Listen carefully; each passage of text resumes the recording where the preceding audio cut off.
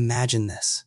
No Tinder, no dating apps, no first dates at fancy restaurants, no Instagram to check someone's photos before meeting them. You wake up. The world smells like campfire and rain. You see someone across the riverbank, and somehow, you just know. But how did they know?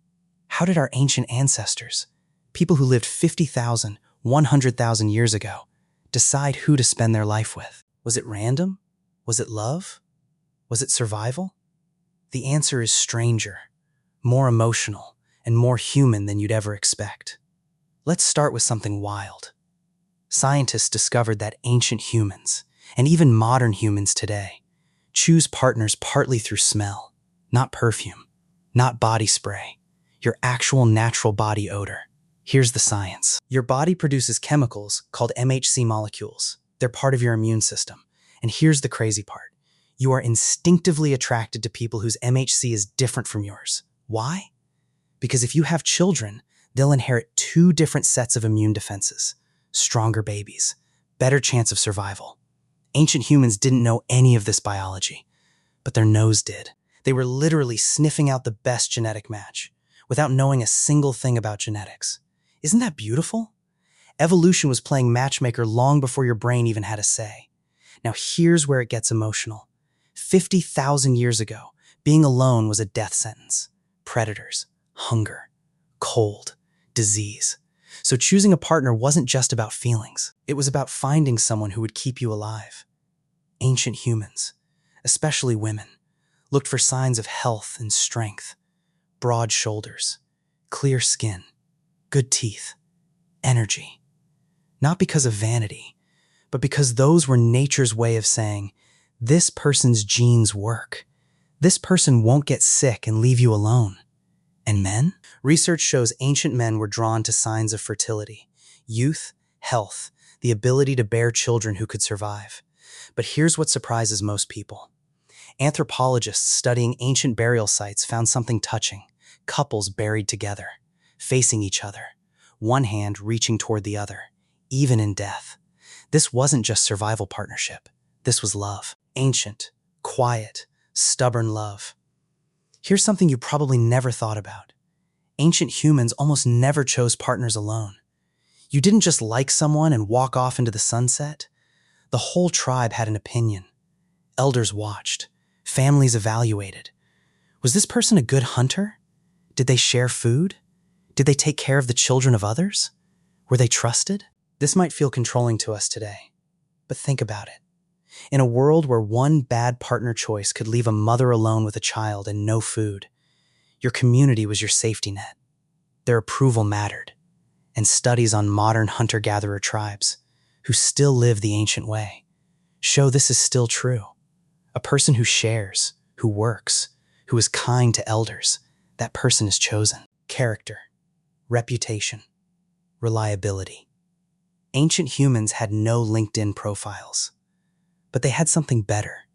A whole community who had watched you your entire life. Now here's the part that gets me every time. We used to think ancient humans were mostly driven by instinct, like animals, like robots of evolution. But the evidence says something completely different. In caves across the world, South Africa, France, Indonesia, archaeologists found handprints painted on cave walls, often in pairs, side by side, like two people saying, I was here, you were here, we were here together. Scientists found evidence of ancient humans caring for the sick and injured, people who could not have survived without someone choosing to stay and help them. That's not survival logic. That's devotion. Researchers even found ancient flowers placed inside graves. Not rare, precious objects, just wildflowers picked from nearby fields. Someone, 60,000 years ago, bent down, picked flowers, and placed them gently next to someone they loved. How is that so different from us?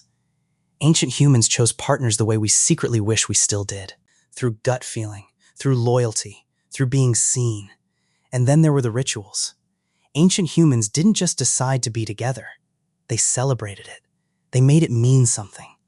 In tribal societies, our closest window into ancient behavior, choosing a partner involved gifts, usually something the man hunted or made. A sign saying, I can provide, I choose you. There was public announcement, witnessed by the tribe.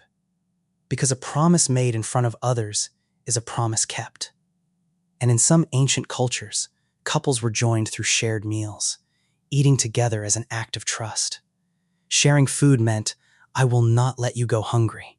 No wedding industry, no diamond rings, no ceremony halls, just a gift, a meal, a fire, and witnesses. And honestly, that sounds more real than half the weddings happening today. Here's what all of this tells us. For hundreds of thousands of years, across every culture, every continent, every era of human history, people have looked at someone and felt something they couldn't explain. They've been nervous. They've been hopeful. They've tried to be brave enough to say, I choose you. They chose partners through smell, through survival, through community, through devotion, through ritual. And yes, the tools changed. From campfires to dating apps, from cave walls to Instagram. But the feeling? Identical. The ancient human who bent down to pick wildflowers for a grave felt exactly what you feel when you can't stop thinking about someone. We haven't changed. Not really. We just have better Wi-Fi. If this made you think about love a little differently today, hit that like button. Subscribe if you want more stories like this. And drop in the comments.